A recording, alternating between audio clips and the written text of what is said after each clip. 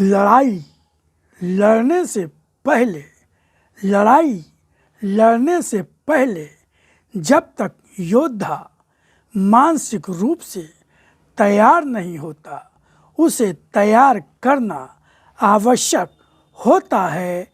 इसीलिए कभी अर्जुन को गीता सुनाई और आज तुम्हें अपनी वाणी का वह सत्य दे रहा हूँ जो युगों में ही कभी कोई पा जाता है। ओम जय राम जी। मित्रों,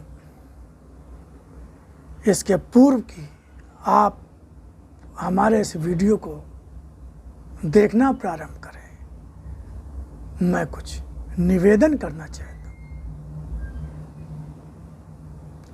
जन जन तक पहुँचो, जहाँ अंधकार है उस मन तक पहुँचो जहाँ मेरी पुकार है। भगवान के इस आदेश के अनुपालन में मैं भगवान की वाणी को आप तक पहुँचाने का एक गिलहरी सा प्रयास कर रहा हूँ।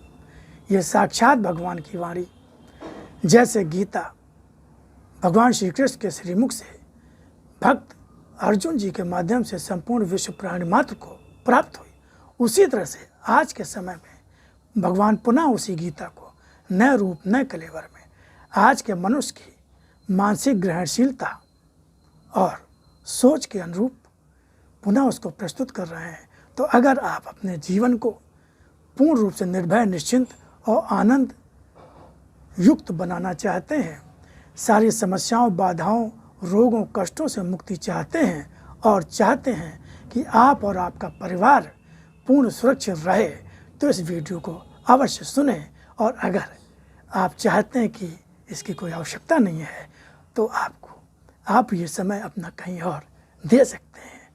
प्रणाम। ओम शिवाय। गुरुर्ब्रह्मा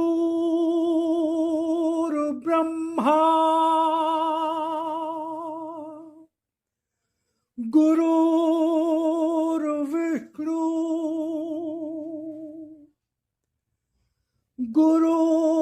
गुरुर्देवो महेश्वरा गुरुर्साक्षात्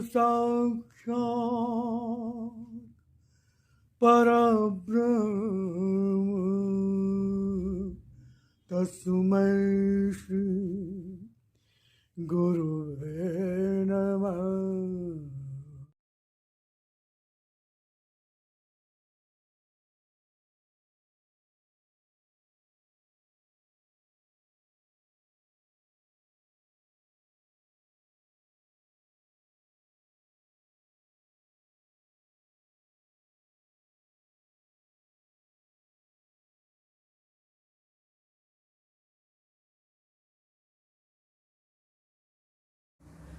मैं भक्त के लिए उसके जीवन में जिस रूप में भी आता हूँ, वह रूप कल्याणकारी ही होता है। भले ही वह रूप तुम्हारे लिए भयंकर और अशुभ ही दिखता हो, भले ही वह रूप तुम्हारे लिए भयंकर और अशुभ ही दिखता हो, किंतु भक्त के जीवन में वह अशुभ ठहरता नहीं। उस रूप में वह पा जाता है मेरी शक्ति का अत्यंत आनंद देने वाला और कल्याणकारी रूप।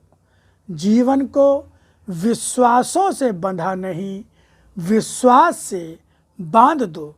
जब तक जीवन विश्वासों से बंधा रहेगा, उसका आधार ठोस नहीं होगा।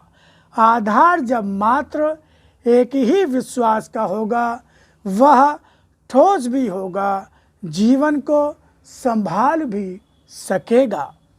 जीवन के असत्य को निकालकर सत्य का संचय करो, भक्ति करो, भावना का संचय सत्य का ही करो, जीवन का व्यय करो, तो सत्य के संचय में ही व्यय करो। सत्य स्वयं तुम्हारी शक्ति बन जाएगा। सत्य को जीवन से बांध लेने वाला स्वयं मेरी अपनी शक्ति से बंध जाएगा। जीवन तुम्हारा कष्टों और संघर्षों से भरा होगा या नहीं होगा, यह मात्र तुम्हारे कर्मों पर निर्भर करता है और तुम्हारे कर्म ही तुम्हारा भाग्य बनते हैं। किंतु बात केवल इतनी ही है, मेरा अपना आश्वासन केवल इतना ही है कि जो सच्ची भक्ति करता है, जो सच्चा विश्वास अर्पित करता है, उसके संघर्ष उसके न रहकर मेरे हो जाते हैं। उसकी बाधाएं उसकी न रहकर मेरी हो जाती हैं। उसके कर्तव्य और उत्तरदायित्व उसके न रहकर मेरे हो जाते हैं और उसे यह नहीं सोचना पड़ता कि उसके कर्तव्यों और उत्तरदायित्वों का निर्वाह कौन करेगा। उसके हर कर्तव्य और उत्तरदायित्व का निर्वाह मैं स्वयं ही कर देता हूँ। कभी कभी तुम यह भी कहते हो कि जो भी भक्ति करता है उसके जीवन में और भी अधिक संघर्ष आते हैं, उसको हर एक से अधिक कष्ट मिलते हैं। किंतु होता यह है कि भाग्य की परीक्षा भी होती है। भक्ति में दृढ़ता देने की एक कड़ी भी होती है और वास्तविकता यह भी होती है कि जब जब सत्य अपना स्थान बनाने की चेष्टा करता है, सत्य की राह रोकने असत्य आक्रामक होता है। आसुरी शक्तियाँ निरंतर आगे बढ़ती हैं, किंतु उनके संघर्ष उनका ही अंत बन जाते हैं। सत्य कभी नष्ट नहीं होता, सत्य कभी तोड़ा नहीं जा सकता। सत्य से टकरा सकने की शक्ति संसार की बड़ी से बड़ी शक्ति में नहीं होती। असत्य जब भी टकराता है नष्ट हो जाता है, रूप क्षणिक होता है।